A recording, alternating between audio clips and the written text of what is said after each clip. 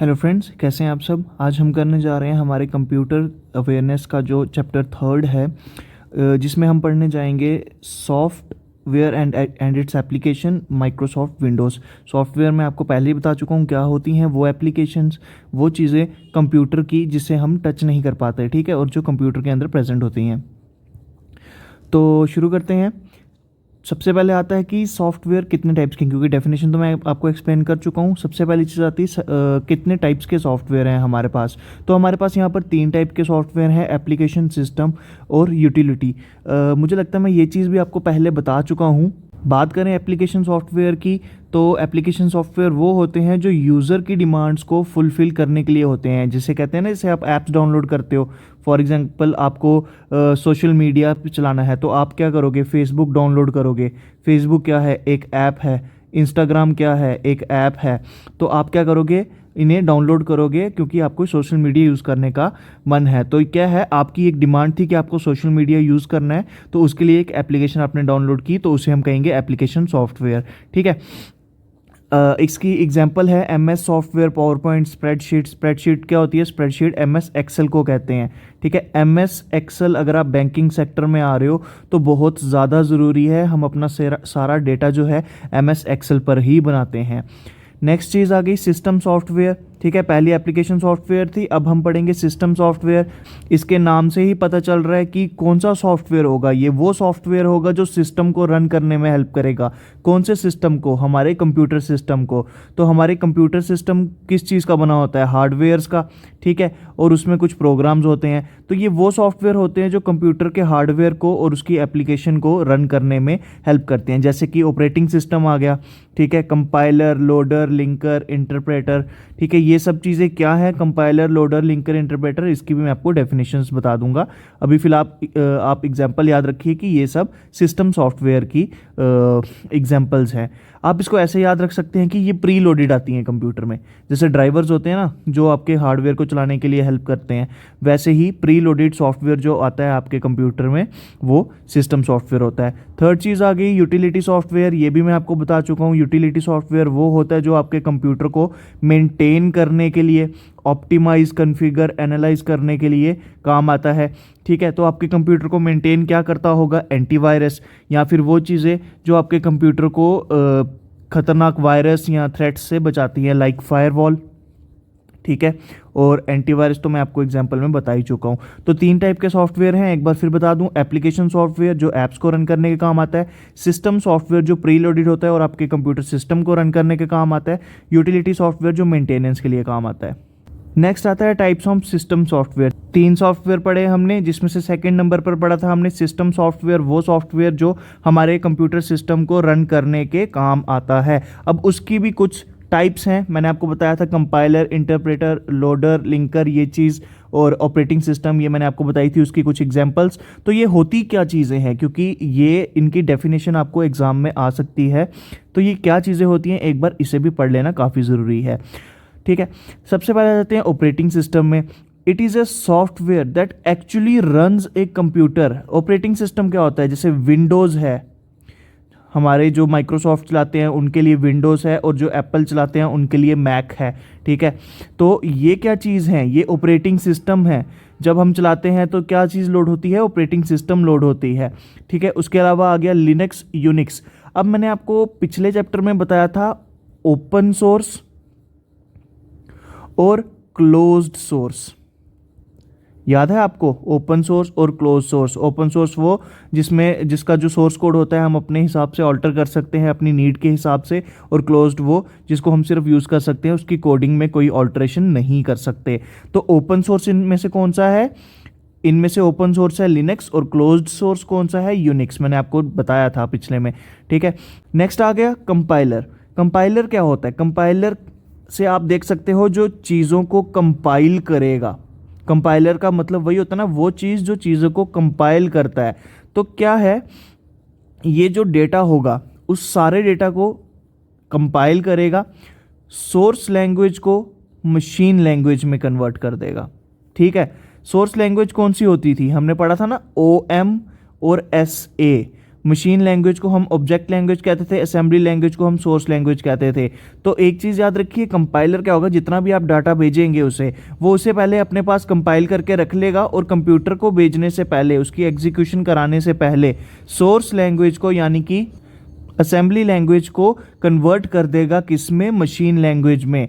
तो एक क्वेश्चन तो यही आ गया सीधा सीधा कि असेंबली लैंग्वेज को मशीन लैंग्वेज में कन्वर्ट करता है कौन। आपको ये 5 ऑप्शन दिए होंगे, उसमें से आपको बताना होगा कौन कन्वर्ट करता है असेंबली लैंग्वेज को मशीन लैंग्वेज में, कंपाइलर।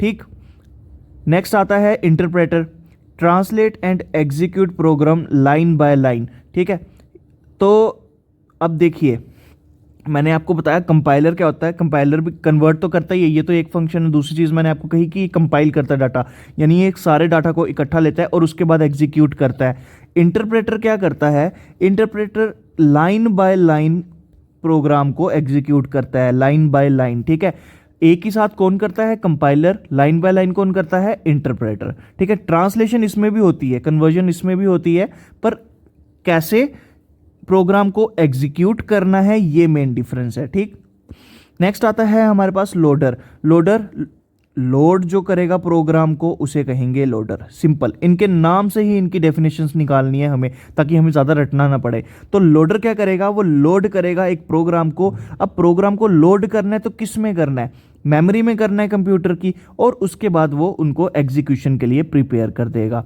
ठीक है, ये आप ना भी पढ़ो तो इतना इंपॉर्टेंट नहीं है, ये वाला पार्ट इंपॉर्टेंट है, loads the programme into memory. तो उसका नाम ही बता रहा है कि लोडर जो है वो प्रोग्राम को मेमोरी में लोड करेगा। Last one is linker. ये 3 तो नाम से ही पता चल रहे हैं क्या करते हैं, ये आपको बता दिया मैंने। जैसे माइक्रोसॉफ्ट और विंडोज़ जो है ऑपरेटिंग सिस्टम है, ये इंपॉर्टेंट पॉइंट है जिसको आपको रटने की ज़रूरत पड़ेगी। क्या है ये, लिंकर क्या करता है, एक या एक से ज़्यादा ऑब्जेक्ट्स जो कि कंपाइलर ने जनरेट किए होते हैं, कंपाइलर ये रहा, उसको असेंबल करता है और उसको एक सिंगल एग्जीक्यूटेबल प्रोग्राम में कन्वर्ट कर देता है। अब देखिए इसका मतलब क्या है, कंपाइलर क्या करता है, ढेर सारे जो हम उनको कमांड्स देते हैं उसको अपने पास होल्ड करके रखता है। ठीक है, अब उसने ढेर सारे कमांड्स को होल्ड तो करके रखा हुआ है, पर क्या कंप्यूटर उन ढेर सारी कमांड्स को एक साथ चला सकता है, बिल्कुल नहीं चला सकता। तो उन कमांड्स को एग्जीक्यूट करने के लिए लिंकर क्या करता है, उन सब को असेंबल करता है एक सिंगल एग्जीक्यूटेबल प्रोग्राम में। ठीक है, इंटरप्रेटर में तो लाइन बाय लाइन ही हो जाता था, तो इंटरप्रेटर जो है वो कंप्यूटर पे इतना प्रेशर नहीं डालता था। लिंकर को आप ऐसे याद रखो कि जो भी कंपाइलर ने सारा डेटा होल्ड करके रखा है, अब उसको एग्जीक्यूट करना है तो ढेर सारा डेटा एग्जीक्यूट नहीं हो सकता, वो सारे डेटा को ऐसे असेंबल कर देता है कि कंप्यूटर को देखने में लगता है कि हाँ भाई ये तो सिंगल ही प्रोग्राम है, और वो उसे एग्जीक्यूट कर देता है। तो लिंकर क्या करता है, कंपाइलर का जो डेटा है उसको असेंबल करता है सिंगल एग्जीक्यूटेबल प्रोग्राम में। ठीक, समझ आ गई। असली में ऐसा होता है या नहीं होता उससे फ़र्क नहीं पड़ता, आपको बस इनकी डेफिनेशन याद रखनी है। जैसे भी जो भी मैं चीज़ बता रहा हूँ इस चीज़ को अपने मन में बिठा लो। अब आ जाता है टाइप्स ऑफ ओएस। ओएस क्या है, ऑपरेटिंग सिस्टम। अभी तक हमने जो चीज़ें पढ़ी उसमें सबसे पहले पढ़ा था हमने 3 टाइप्स ऑफ सॉफ्टवेयर, फिर उसमें से एक सॉफ्टवेयर उठाया था, उसकी 5 टाइप्स पढ़ी थी। अब उन 5 टाइप में से एक टाइप उठा रहे हैं और उसके भी टाइप्स पढ़ रहे हैं। ठीक है, तो सबसे पहले आ जाता है बैच ओएस। बैच से मतलब आपको सुनने में ही पता चल रहा है कि वो ढेर सारा डेटा कलेक्ट करेगा, उसका एक बैच बनाएगा और उसके बाद उसको एग्जीक्यूट करेगा। तो वही कलेक्ट्स डेटा इन बंडल और फिर उनको एग्जीक्यूट करता है। ठीक है, ढेर सारे डेटा को कलेक्ट करता है, फिर उसका एक बैच बनाता है और फिर उसके बाद उसको एग्जीक्यूट करता है। फिर आ गया single user operating system allows data from one processor and executes them. ठीक है, सिंगल यूज़र तो सिंगल ही प्रोसेसर से डेटा लेगा और उसको एग्जीक्यूट करेगा। Multi programming operating system allows data from 2 और मोर, यानी कि मिनिमम 2 होने चाहिए तभी उसे मल्टी प्रोग्रामिंग कहेंगे, और 2 से ज़्यादा भी हो सकते हैं, तो उनसे डेटा लेगा और उसको एग्जीक्यूट करेगा। Distributed operating system manages collection of data from independent computers and make it appears as data from single computer to user, यानी कि मल्टीपल कंप्यूटर्स हैं जो आपस में कनेक्टेड हैं किसी के थ्रू, उनसे डेटा लेगा और एक सिंगल कंप्यूटर, फॉर एग्जांपल यहाँ पे 4-5 कंप्यूटर हैं, ठीक है, इनमें डेटा है, आप इस कंप्यूटर में बैठे हो, ये कंप्यूटर लिंक्ड है। असली में ऐसा होता है कि नहीं, उससे फर्क नहीं पड़ता, मैं बस आपको ये रटाने की कोशिश कर रहा हूँ कि डिस्ट्रीब्यूटेड का मतलब क्या हुआ। अब डेटा जो है इन चार कंप्यूटर इन चार कंप्यूटर में आपस में डिस्ट्रीब्यूटेड है, पर आप बैठे हो सिर्फ इस वाले पीसी पे। आपको जो डेटा एक्सेस करना है वो इस पीसी पे भी हो सकता है और इन 3 पीसीज में भी हो सकता है, पर उन सारे डेटा को आपको इसी ही पीसी से एक्सेस करना है, क्योंकि आप तो इस पीसी पे बैठे हो, आप उठ के बार बार अलग अलग कंप्यूटर पे तो जाओगे नहीं। तो क्या करता है, जो डिस्ट्रीब्यूटेड ऑपरेटिंग सिस्टम होता है वो इन सब पीसी के डेटा को कलेक्ट करता है और वो आपके ही पीसी पे इस सब को ऐसे अपेयर करता है कि सारा डेटा आपको इसी कंप्यूटर से मिल रहा है, जबकि वो अलग अलग कंप्यूटर से भी होता है। ठीक है, ये जस्ट मैं आपको रटाने के लिए एक एग्जाम्पल के तौर पे बता रहा हूँ कि ऐसा कर सकता है ये। Real time operating system, real time operating system क्या होता है, जो स्पेसिफिक पीरियड ऑफ टाइम के अंदर आपको आपका आउटपुट दे देता है। टाइम शेयरिंग ऑपरेटिंग सिस्टम, इसमें क्या होता है कि मल्टीपल यूजर्स जो हैं वो एक कंप्यूटर रिसोर्स को यूज़ कर सकते हैं। ठीक है, एक कंप्यूटर रिसोर्स को मल्टीपल यूजर्स यूज़ कर सकते हैं। अभी मैंने आपको बताया कि मल्टीपल कंप्यूटर्स को अगर एक बंदा मल्टीपल कंप्यूटर के डेटा को अगर एक बंदा एक कंप्यूटर से एक्सेस कर रहा है उसको कहते हैं डिस्ट्रीब्यूटेड, और एक कंप्यूटर है और उससे 4-5 बंदे उसके डेटा को 4-5 बंदे एक्सेस कर रहे हैं तो वो टाइम शेयरिंग है। डिफरेंस पता चल गया डिस्ट्रीब्यूटेड और टाइम शेयरिंग में। फिर आ गया मोबाइल ऑपरेटिंग सिस्टम में, तो आपको पता ही चल गया कि जो आपके मोबाइल सिस्टम्स में होता है। अच्छा, मोबाइल सिस्टम्स को, मोबाइल को और क्या कहते हैं, मोबाइल को कहते हैं hand held device. Hand held device, ठीक, क्योंकि हम हाथ में पकड़ते हैं ना, हैंड हेल्ड मतलब हाथ में पकड़ने वाला डिवाइस। देन आ गई बूटिंग। बूटिंग क्या कहते हैं, स्टार्ट करना, किसी चीज को स्टार्ट करना, उसको हम कहते हैं बूट। ठीक है, the process of loading operating system into memory when computer is turned on. Operating system, देखो जब भी आप कंप्यूटर टर्न ऑन करते हो सबसे पहले जो आपको स्क्रीन दिखती है वो क्या होती है, वो विंडोज होती हैं। माइक्रोसॉफ्ट वालों के लिए विंडोज होती है और एप्पल वालों के लिए मैक होती है। तो वो ऑपरेटिंग सिस्टम, देखो इतना टाइम लगाता है कंप्यूटर ऑन होने में, क्यों लगाता है, क्योंकि उसको उस ऑपरेटिंग सिस्टम को कंप्यूटर की मेमोरी में लोड करना होता है जब हम उसे टर्न ऑन करते हैं, क्योंकि सारा काम ही ऑपरेटिंग सिस्टम में होना है। तो उस प्रोसेस को जिसमें ऑपरेटिंग सिस्टम जो है कंप्यूटर की मेमोरी में लोड हो रहा है उसे कहते हैं बूटिंग, या फिर आसान शब्दों में कहे जब कंप्यूटर टर्न ऑन करते हो उसे कहते हैं बूटिंग। अब बूटिंग भी 2 टाइप्स की होती है, कोल्ड बूटिंग, वार्म बूटिंग। ठीक है, अब मैं इसको ऐसे आपको रटाने की कोशिश करता हूं। आपको पता है डीजल इंजन की गाड़ियां सर्दियों में बहुत प्रॉब्लम देती हैं। क्यों, क्योंकि जब आप गाड़ी को स्टार्ट करने की कोशिश करते हो तो वो काफ़ी लंबा सेल्फ लेती है, या हो सकता है एक सेल्फ में स्टार्ट ही ना हो क्योंकि उसका इंजन ठंडा होता है। तो आप ऐसे याद रख सकते हैं, इंजन ठंडा है तो कंप्यूटर को जब आप बड़ी देर से कंप्यूटर बंद है उसको स्टार्ट करने की कोशिश करोगे तो उसको कहेंगे कोल्ड बूटिंग, यानी कि इंजन ठंडा है, ठंडे इंजन को स्टार्ट करने की कोशिश की जा रही है। वार्म बूटिंग आ गया कि कंप्यूटर को जब हम रीस्टार्ट करते हैं, यानी कि जो डीजल इंजन की गाड़ी है एक बार स्टार्ट हो गई और आपने उसको काफ़ी ज़्यादा यूज़ कर लिया और आपने उसको 10 मिनट के लिए बंद किया है क्योंकि आप एक दुकान पे चिप्स लेने गए हो, जब आपने उसको आके वापस स्टार्ट किया वो उसी टाइम स्टार्ट होगी। क्यों, क्योंकि अब सर्दियों से फ़र्क नहीं पड़ता, उसका इंजन गर्म हो चुका है। तो जब उसका इंजन गर्म था तो आपने उसको रीस्टार्ट किया बड़ी आसानी से। तो टर्न ऑफ स्टेट से, यानी कि जब आप उसको फर्स्ट टाइम ऑन कर रहे हैं काफ़ी देर ऑफ रखने के बाद तो उसे कहेंगे कोल्ड बूटिंग, जब आप उसको रीस्टार्ट कर रहे हो तो उसे कहेंगे वार्म बूटिंग। इससे एक क्वेश्चन आता ही आता है, और क्वेश्चन क्या होता है ये भी मैं आपको सीधा सीधा बता देता हूं कि रीस्टार्ट करने को कौन सी वाली बूटिंग कहते हैं, ये होता है क्वेश्चन। ठीक, अब ऑपरेटिंग सिस्टम के रिलेटेड कुछ क्वेश्चंस कर लेते हैं। सिंगल यूजर ऑपरेटिंग सिस्टम, ये मैं आपको एक्सप्लेन कर चुका हूँ। सिंगल यूजर तो वो कौन सा है, MS DOS, फुल फॉर्म याद रखने की जरूरत नहीं है। ओपन सोर्स मैं बता चुका हूँ आपको पहले भी, लिनक्स, और क्लोज्ड सोर्स कौन सा, यूनिक्स। तो ये चीज़ एक बार मैंने फिर से यहाँ पर मेंशन कर दी हुई है। थर्ड चीज़ आ गई MS एक्सेल। MS एक्सेल मैंने आपको बताया बहुत इंपॉर्टेंट है बैंकर्स के लिए। तो MS एक्सेल का दूसरा नाम क्या है? Spread sheets. ठीक, ये एक एग्जाम्पल में भी मैंने आपको पीछे बताया था स्प्रेडशीट को क्या कहते हैं। अब आ गई वो चीज़ जो मैंने आपको पहले कही, अभी जस्ट अभी पीछे कही, बूटिंग के टाइम कही, कि जब आप कंप्यूटर को ऑन करते हो तो आपको क्या चीज़ दिखती है? आपको ये स्क्रीन दिखती है।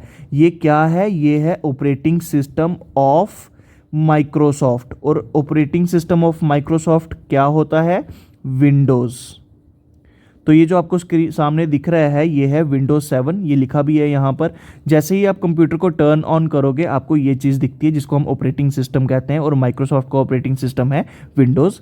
ठीक है, तो ये आ गया विंडोज़ 10। जो पिछला था वो विंडोज़ 7 है, अभी लेटेस्ट चल रहा है विंडोज़ 10। तो ये जो आपको स्क्रीन पे दिख रहा है ये है विंडोज़ 10। अच्छा, अब फर्स्ट चैप्टर में मैंने आपको पढ़ाया था एक वर्ड GUI। GUI का फुल फॉर्म क्या था? GUI का फुल फॉर्म था graphical user interface. Graphical user interface. और GUI हमने किसके लिए पढ़ा था? माउस के लिए। ठीक, ग्राफिकल यूज़र इंटरफेस। अब आ जाते हैं विंडोज़ के वर्जन्स। ठीक है, विंडो के वर्जन आपको इस पैटर्न मतलब सीक्वेंस में याद रखने की ज़रूरत नहीं है। जो चीज़ आपको सीक्वेंस में याद रखनी है मैं खुद ही बता दूंगा, आपको बस इनके नाम याद रखने हैं। ठीक है, क्योंकि आगे मैं इनके बेस पे क्वेश्चन लाऊंगा। इनकी एक एक क्वालिटी है जिसके बेस पे क्वेश्चन आ सकता है। ठीक, अब बस ये याद रख लीजिए कि सबसे पहला कौन सा था? विंडोज़ 1.0। और लेटेस्ट कौन सा है? विंडोज़ 10। ठीक है, बिजनेस वेस्ट ये छोड़ो, ये रहने दो, इतना डेप्थ में नहीं आता। बस याद रखिए पहला कौन सा था? विंडोज़ 1.0। और लेटेस्ट कौन सा है? पॉइंट हटा दो, विंडोज़ 10। ठीक, अब आ जाते हैं उनके बेस पे क्वेश्चन। सबसे पहला कौन सा था? मैंने यहाँ पे लिखा हुआ है 1.0। और ये किस पे काम करता था? ये काम करता था CUI, एक लौता विंडोज़ जो CUI पर काम करता था। कौन सा था? 1.0। अब CUI की UI में तो यूज़र इंटरफेस ही रहेगा। GUI में G होता था ग्राफिकल, CUI में C होगा character. That's it. Next question आ गया, कौन सा विंडोज़ था जिसमें GUI फर्स्ट टाइम इंट्रोड्यूस हुआ था और उसके बाद से अभी तक GUI ही चल रहा है? तो वो है 3.1। ठीक, नेक्स्ट आ गया internet explorer which was introduced. Internet explorer क्या है? सबसे पहली चीज इंटरनेट एक्सप्लोरर क्या है? Internet explorer, Google Chrome, Mozilla Firefox, क्या है ये सब चीजें? ये सब चीजें हैं वेब ब्राउजर।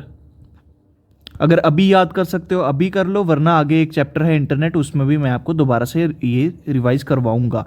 फिलहाल के लिए याद रख लो ये है वेब ब्राउजर। तो इंटरनेट एक्सप्लोरर, जिसका हम बड़ा मजाक उड़ाते हैं कि बहुत ज़्यादा स्लो है, ये कब इंट्रोड्यूस हुआ था? ये किस विंडोज़ में इंट्रोड्यूस हुआ था? विंडोज़ 95। ठीक, तीसरी चीज़ भी हो गई। अब आ जाते हैं चौथी। पहला वर्जन विंडोज़ का जो ड्राइवर्स को सपोर्ट करता था, विंडोज़ 98।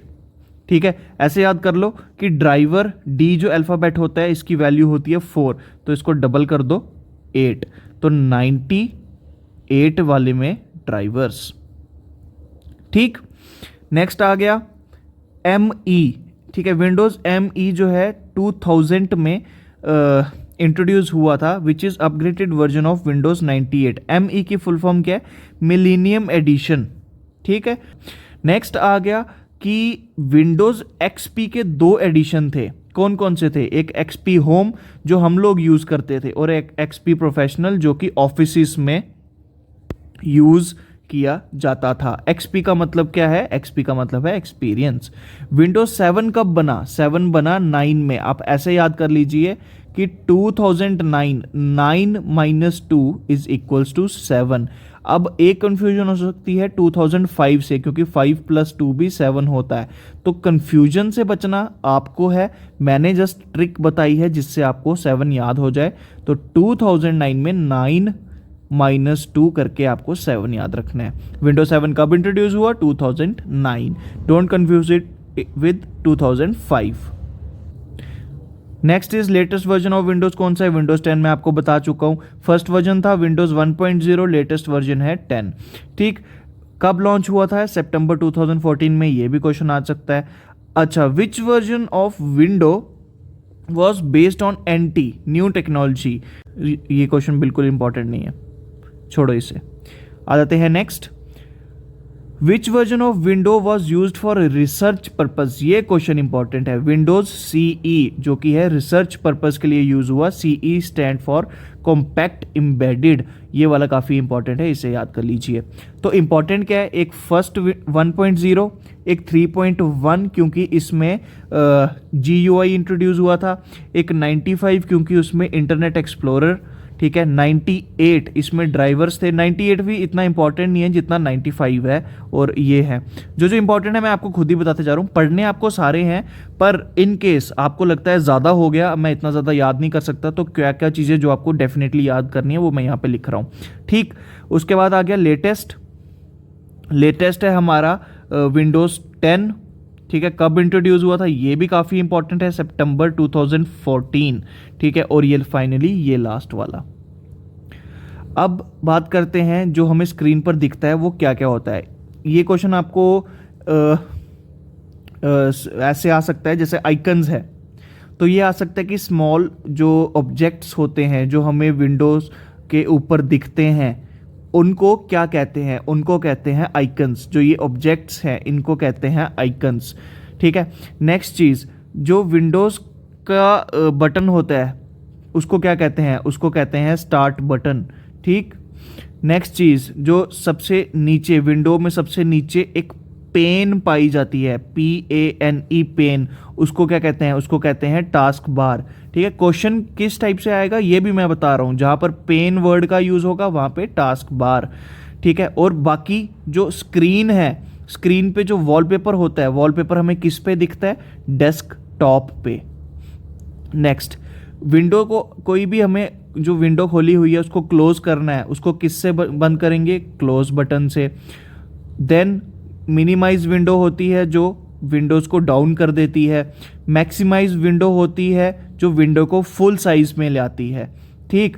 और सबसे ऊपर जहाँ पे डॉक्यूमेंट का नाम होता है, फॉर एग्जांपल आपने वर्ड पैड पे एक डॉक्यूमेंट खोला है, nitin.docx, ठीक है, तो उसका नाम जो है वो इस जगह पे शो होगा। तो क्वेश्चन आपको कैसे आएगा कि जहां पर डॉक्यूमेंट का नेम शो होता है उसको क्या कहते हैं? उसको कहते हैं टाइटल बार।